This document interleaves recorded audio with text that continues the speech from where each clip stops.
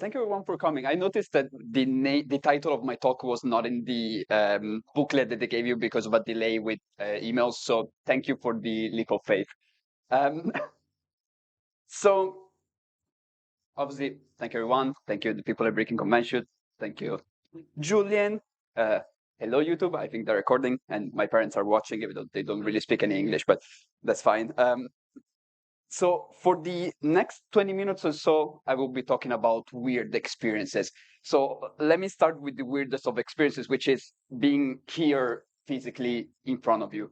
Not only because yesterday I got lost in London in the metros, but also because, well, I'm here because, as Julian said, I won the 2020 Student Essay Award with an essay that I wrote in 2019. So it's been 4 years. In the meantime, we've had a global pandemic. I moved to a different country. I moved from Italy to the Netherlands. I started a master in philosophy there. I finished the master in philosophy. But perhaps more interesting for you is the fact that I wrote my master thesis on more or less the same topic that I wrote my essay about, my essay from 2019, which is metaphysics and mystical experiences. So starting from the very basics, for those of you who are not familiar with the topic, mystical experiences. This can be induced by meditation, psychedelic substances, which is, the reason why I'm here in front of you. Even physical exercise. Some people can even have them spontaneously, allegedly. And they're variously described as experiences of becoming one with the universe, becoming one with the universal mind, becoming one with God, transcending subjectivity. There's various ways of framing it, but this is more or less what we're working with. And what I tried to figure out in my master thesis was to study whether these experiences are real. Are these people literally becoming one with the universe, whatever that means? Are these experiences telling us something about the nature of reality? Or are they just hallucinating? Is it some sort of psychotic breakdown, which is how it's usually explained away in mainstream science, even though things have obviously been changing in the past 10 to 20 years, as the mere existence of breaking convention shows. So this is more or less what we are working with. And the program for today is the following. I will first start with summarizing that essay I wrote in 2019, but then I realized that it doesn't make much sense for me to focus strictly on that, since it's been 4 years and I've done research on the same topic for 4 years. So I will start from that, and I will propose some reflections based on that essay, but more inspired by my master thesis and by my more recent research. And then we should have some time for a Q&A. And just to be more specific, these will be reflections on applying the concept of truth to mystical experiences.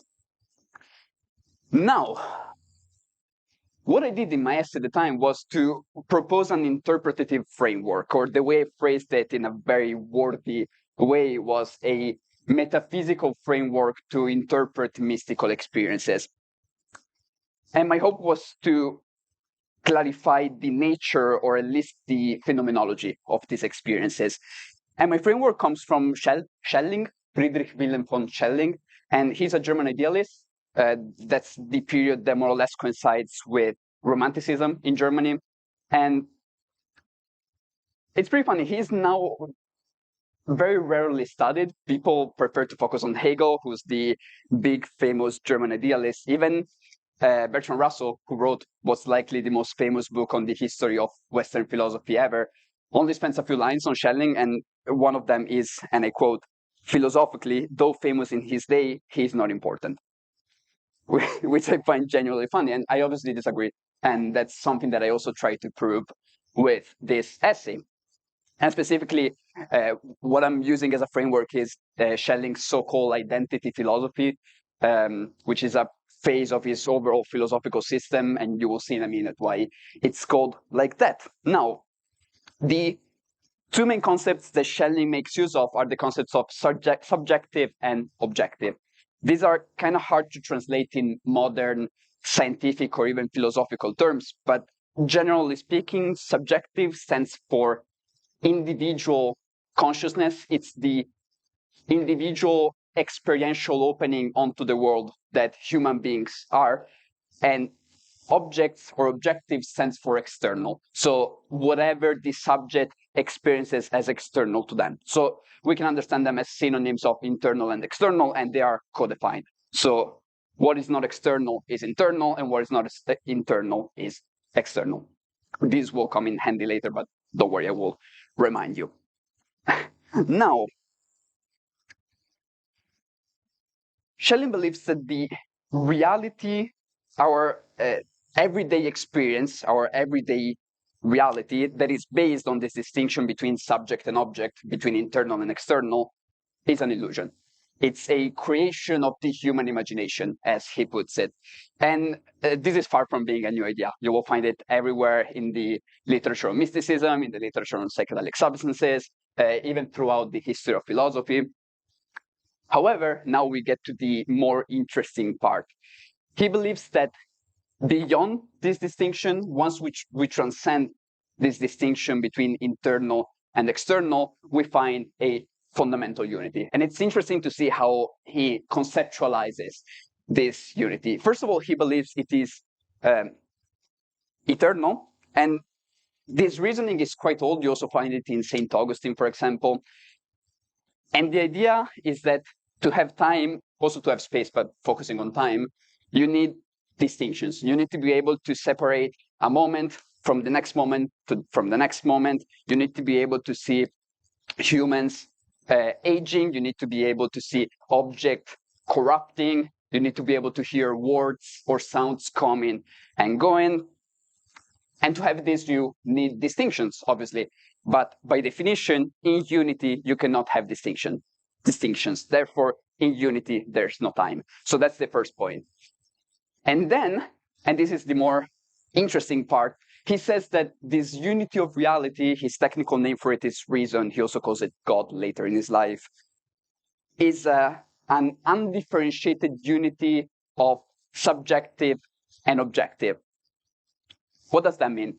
Starting with subjective, that cannot be anymore the individual opening onto the world that I described earlier, because in unity, there's no subjects, because there's no distinctions, obviously. And so what that turns into is some sort of universal, let's say, non-individual cosmic consciousness. And he believes that this consciousness is united with objects, and objects cannot be anymore a synonym of external, which is how we defined them earlier, because there's no subjects. And as I said before, they are co-defined. If there's no subjects, if there's no internal, there can be no objects. There can be no external. So what objects turn into is undifferentiated stuff.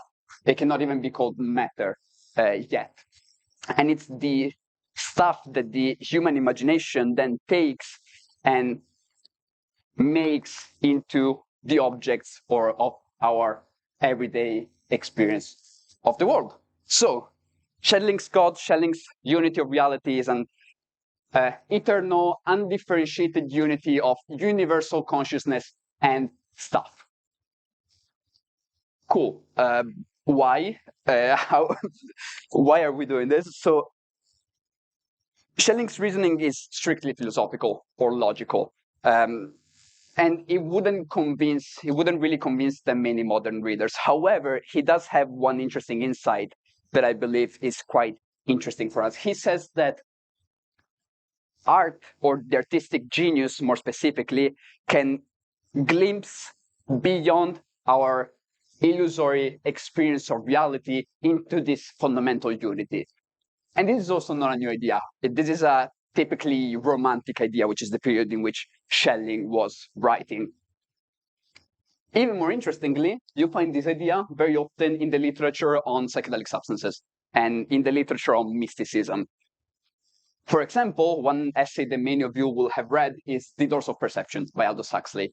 And there he explicitly connects the artistic genius and psychedelic substances. He takes them as being two different means to get to the same thing, which is whichever thing we find during a mystical experience. So here we have it. For full circle, mystical experiences allow us to experience or return to being, perhaps that's more accurate, the fundamental unity of universal consciousness and stuff that we originally are. So that's about it for my essay. Now, what do I think about all of this 4 years after I've written it? I have reread the essay recently, and it's certainly entertaining. It's it's fun to read, and I do believe the framework is quite original. As in, Schelling does the concepts are not new. He's just shuffling them around, but it is quite original the way he frames them. And I do believe it allows us to take mystical experiences seriously, or the experiences, or even better, the reports of those who have had mystical experiences, because these people say that they have literally become one with God, the universe, the cosmic mind. Depending on their cultural background, they will describe it in different ways. So at least with this framework, we're not just explaining them away. We're not just saying, yeah, I'm sorry, you're hallucinating. I'm sorry about it. However, I do believe that my essay is somewhat pointless. And let me explain what I mean with that. I think it's yet another framework to interpret mystical experiences, and we have a bunch of them. I've mentioned a few. Transcending one's ego, being called by God, becoming one with the universal consciousness. And as far as I can tell, there's no real way of choosing between them. Don't get me wrong, some of them are more practically useful, some of them are more insightful than others. But I do believe that from the perspective of advancing knowledge, this essay is not really doing much. So what happened in these past 4 years is that I grew dissatisfied with the way philosophy is traditionally done, which is, you have a million philosophers who propose a million different frameworks and philosophical systems, and then there's no real way of choosing among them. So what you end up doing is simply choosing the one that appeals to you the most, or the one that you just happen to have studied in school. Having that said, I do believe there's one interesting insight in that essay.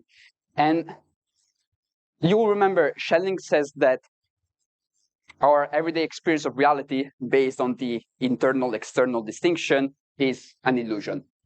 The words real or true do not apply to it. And I take real and true as more or less synonyms. True is the language form of the real. Which means that these words only and exclusively apply to mystical experiences. And I think this is fundamentally correct. And this is what I try to argue for in my master thesis. And the argument is somewhat long, but I will stick to the core of it also because I'm not really keeping track of time. But the idea is the following. Mystical experiences cannot be doubted because in mystical experiences, there's no subjects. Therefore, there's no one who can doubt. There's no subjects who can doubt, and there's no objects they can cast their doubt on. And the same goes for disagreement. There's no disagreers in mystical experiences, subjects who can disagree, and there's nothing they can disagree on. Because, again, we're talking about a fundamental unity. They can maybe disagree before the experience, they can disagree after the experience, but they cannot disagree during the experience itself. So this would be my argument. The words true or real apply to mystical experiences for these reasons. But you might have noticed that my argument is more radical than that. I'm not just saying that mystical experiences are real, which to some is already radical enough, but I believe only those who are not familiar with the literature on mysticism will say that that's radical. I'm saying that those words apply exclusively to mystical experiences and never apply in our everyday experience of the world. Now, again, this would be a very long argument, but I will just leave 2 notes here, hoping to spark your interest and maybe get the Q&A started. My first point would be that I believe there's always room for reasonable disagreement, for virtually every opinion. And the first point that I would like to make in that direction is the fact that for those of you who are familiar with academics or scholars, you will know that they will disagree on virtually anything ever. And well, that's especially the case in philosophy. But the interesting part is that ideally, these people are all equally well-informed and equally rational. So that's the first point. You might argue against that there must be some opinion or some assumption that everyone has to agree on. And my counter-argument to that would be that you can always choose not to follow someone else's assumptions because they're just that, they're just assumptions. You can start your own worldview or your own research program or your own research tradition starting from different fundamental assumptions. And don't get me wrong, I'm being really careful here. I'm not a relativist. I'm not saying that all opinions are equally true or equally right. And I'm not saying that it's equally right and wrong, I don't know, to unnecessarily harm people or something like that. But I believe that has nothing to do with rationality or truth.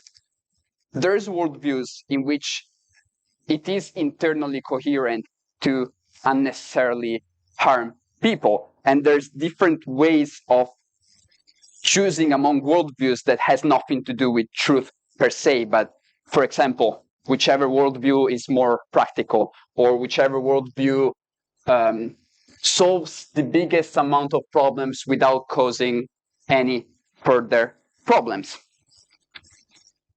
Anyhow, as I said, I believe it is always possible to simply not accept someone else's basic assumptions. So this is pretty much the whole thing.